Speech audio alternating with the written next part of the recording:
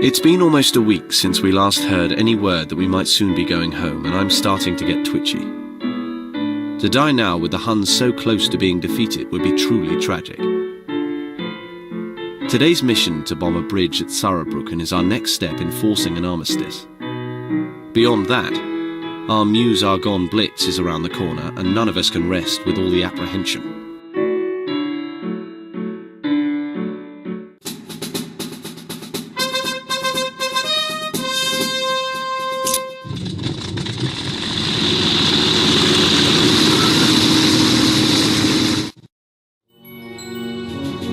I looped over Saarbrücken and positioned myself to bombard its main access bridge.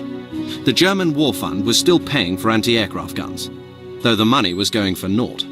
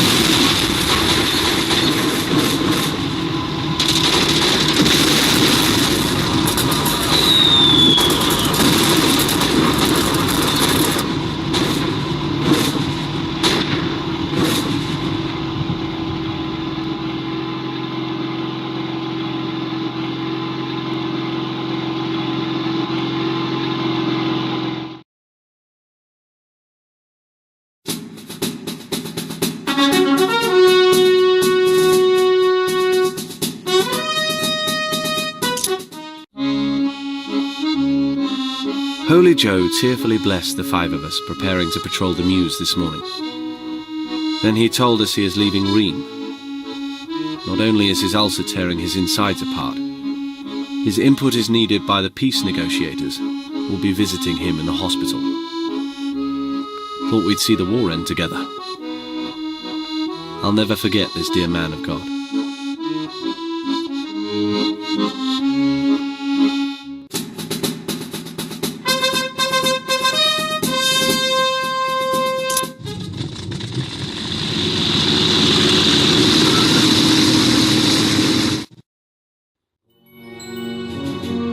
Three DR1s circled below our sortie, as if waiting for a sign from the Almighty.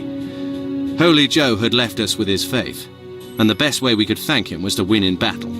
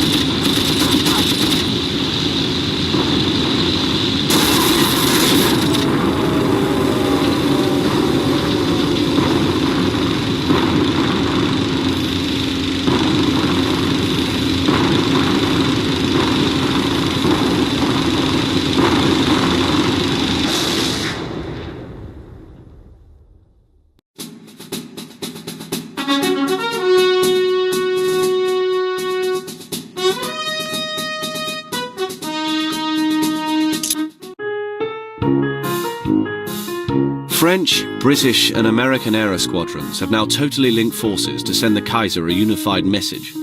Surrender. I'm leading a 5-man patrol over the Argonne Forest this evening, with visions of triumph etched in my mind. The Huns should have honourably accepted Wilson's 14 points long ago. Now they'll have to go down in shame, chaos and retreat.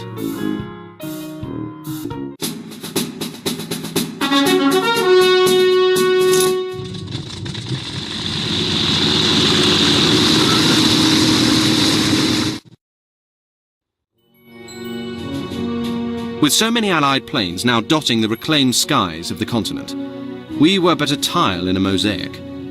More significant were the 5 Fokkers assailing us in one of their last valiant stands.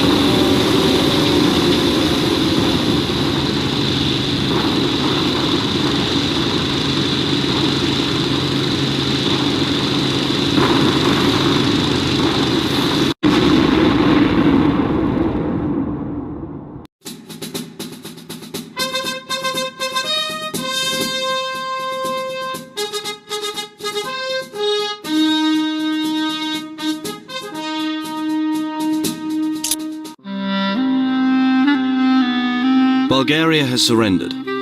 There's no longer any doubt that the Central Powers are done for. Ludendorff must have the soul of an executioner to continue sending his men into battle.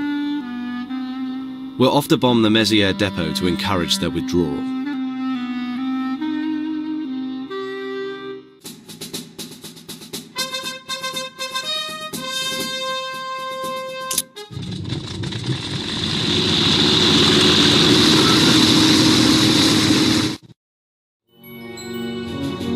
I gave silent thanks to our infantry as I moved into bombing range of the already crumbling train station. The resounding shells coming from the ground reminded me that our work was not done.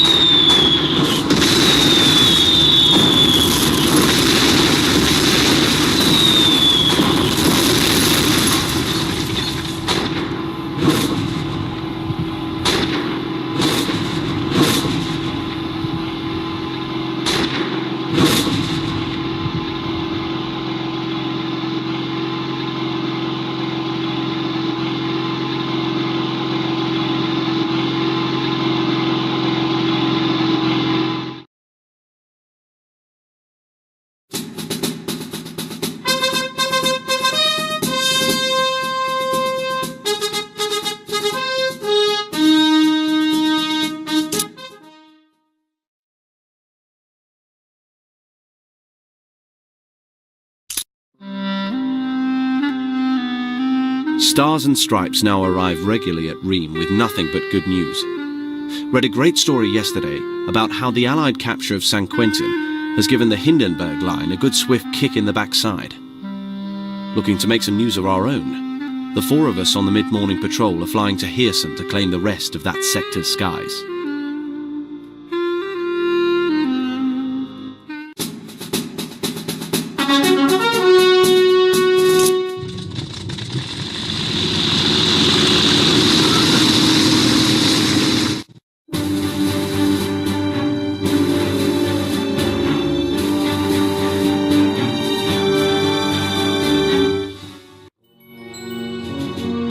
Getting a headline in the national press would be a tough ask, but I knew if I got all three of the Fokkers below me, I'd at least make the front page of my local rag.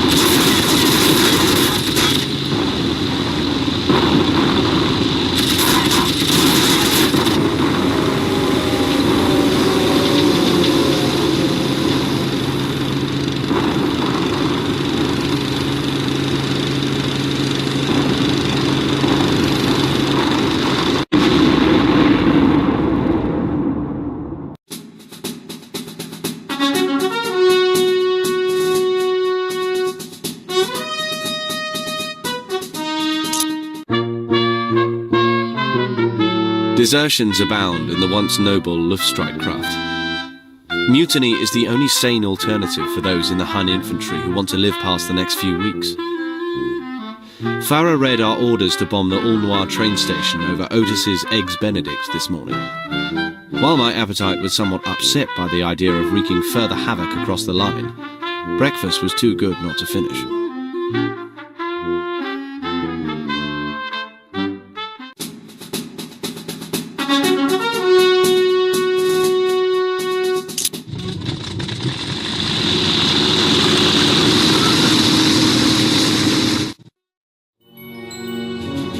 There were a few troops at All-Noir waiting to catch the frontline express.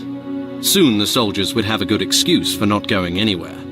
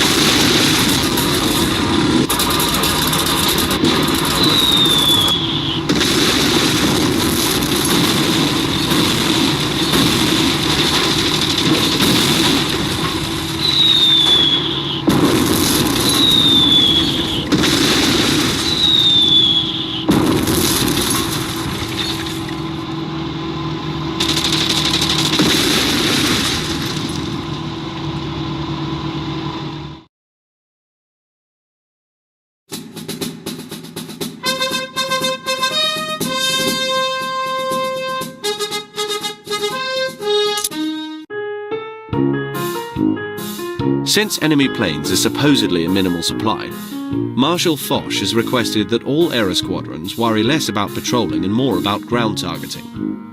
General Pershing is in accord, so Farah is sending us to strafe the Meuse trenches, where our American brothers are booting the Boche from places they never should have been in the first place.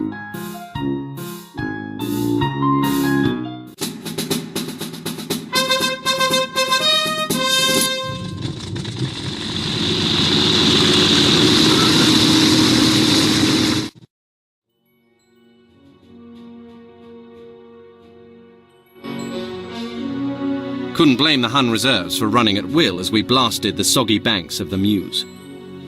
I wanted them to outrun me and live the rest of their lives in peace, but they'd have to run fast.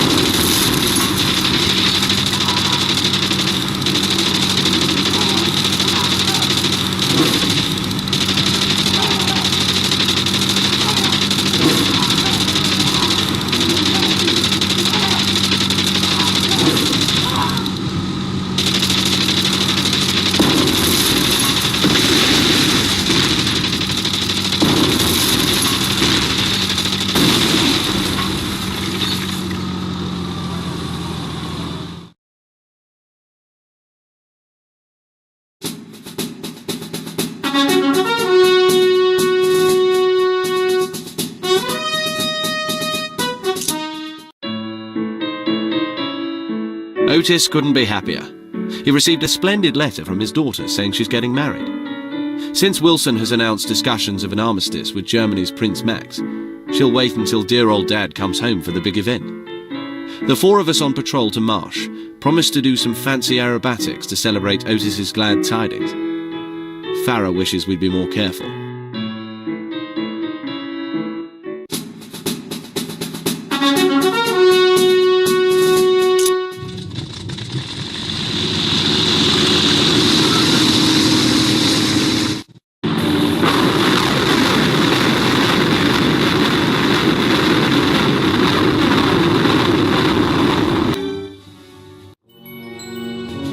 We caught a solitary D7 by surprise, and were unwilling to show it mercy.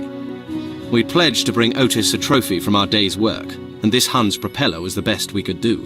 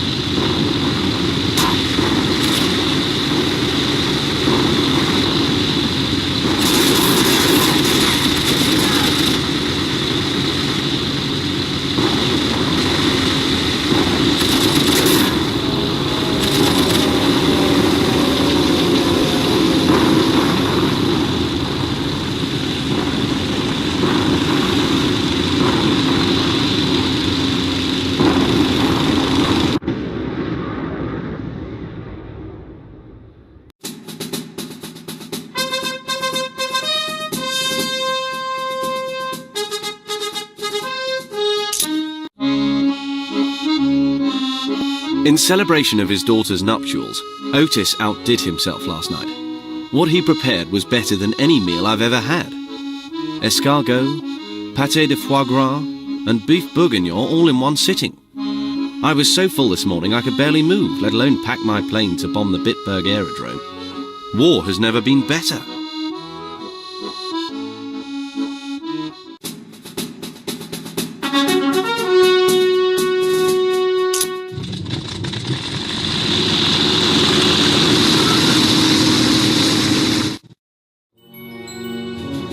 Otis's meal tasted heavenly on the way down. It burned like sin on the way up. My full stomach proved as churning as an empty one. Quick success at Bitburg would get me home to an emergency seltzer.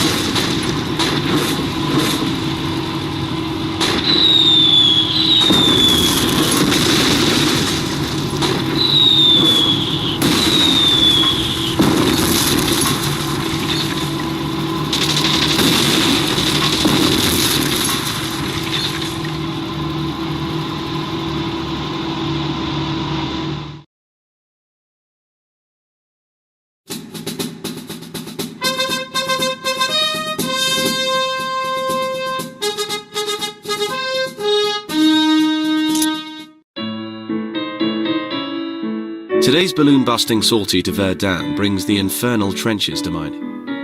No doubt victory is sweet, but the smell of German blood is no different from our own. I will never forget that smell. Wet, dry. The iron content holds the scent of metal. Will I leave my nightmares behind, or will I take them home? I beg my senses not to haunt me forever.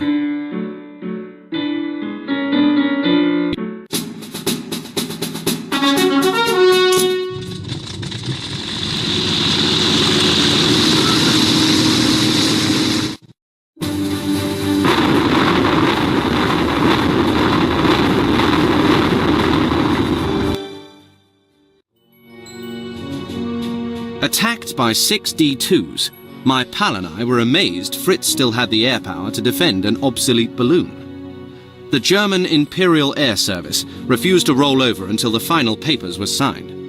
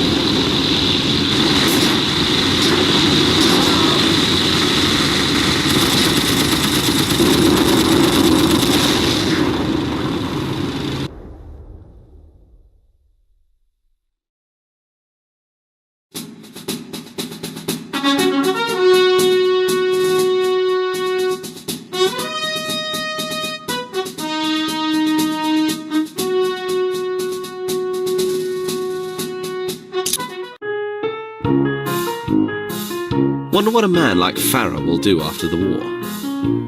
For that matter, I wonder what all us flyers will do. Right now, we should probably just worry about surviving to see the end. We're patrolling late this afternoon at Namur. 3 of the boys and I want to say a special Auf Wiedersehen to any of the Huns still airborne.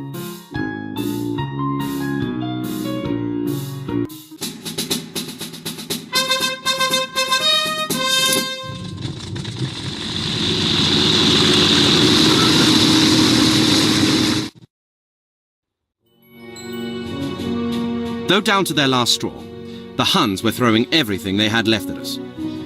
8 of them had us on the run in a game of cat and mouse, all of them fighting for their lives and nothing else.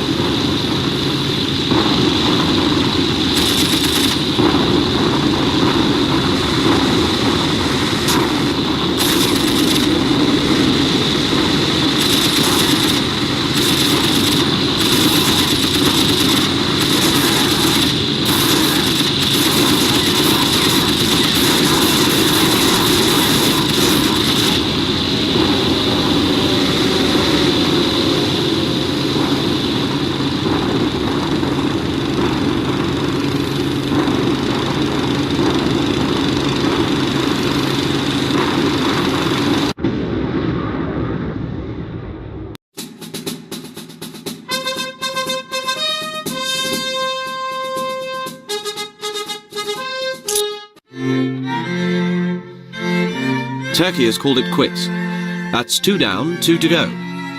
Our thrashing of Ludendorff's army continues. As today we bomb the town of Luxembourg. In response to our groans, Farah has assured us this has something to do with liberating the once opulent city-state. With the war so close to an end, few of us want to be responsible for any more destruction, especially on conquered terrain.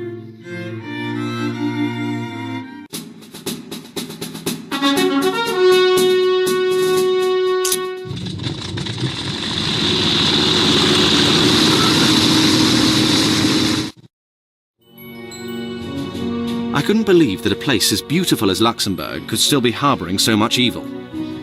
Yet orders were orders, and I knew they had to come before feelings.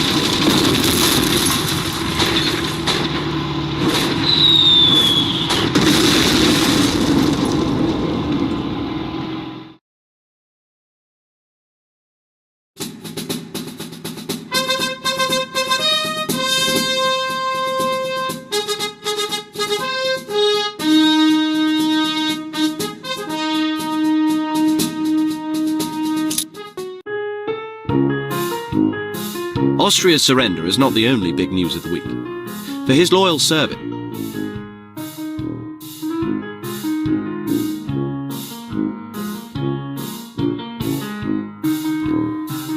another fine man who could never say die, he baked a batch of scones for the 3 of us patrolling one of the last German outposts at Liège.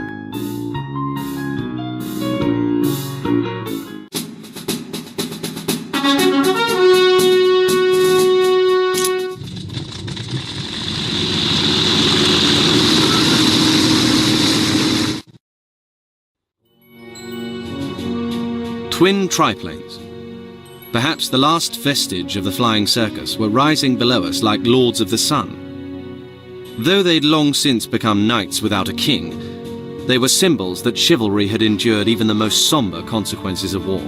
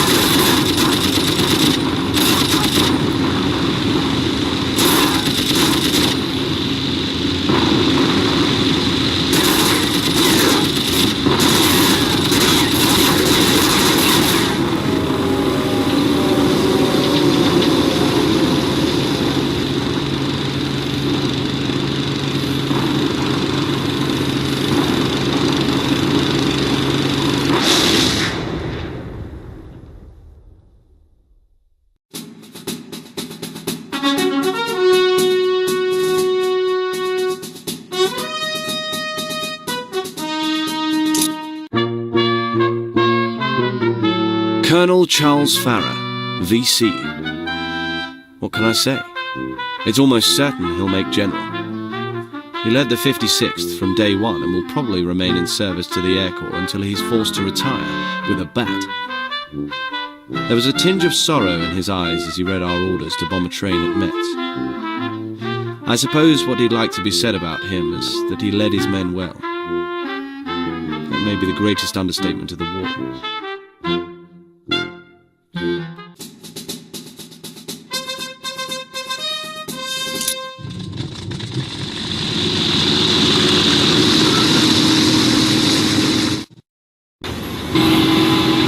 There was so little anti-aircraft fire coming at me from Metz that I almost felt guilty doing further damage to the ravaged train lines. Almost. I'd still have to face Farrer if my guilt overwhelmed me.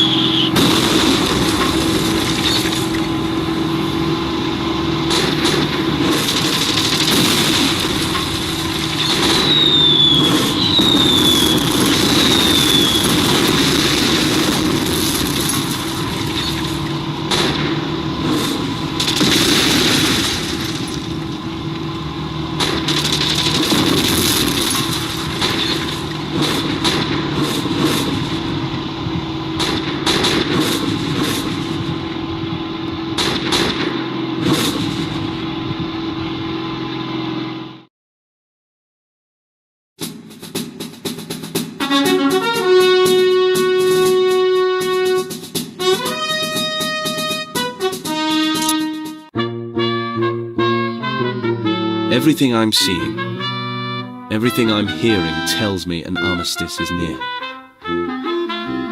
I have a feeling this will be my last patrol, though hopefully it won't be my last time in the cockpit of an aeroplane. I give thanks for whatever force has shined on me, looked over me, and allowed me to live to see this cataclysm end. Flying solo over the Emerald Argonne is indeed a fit way to bid the skies adieu.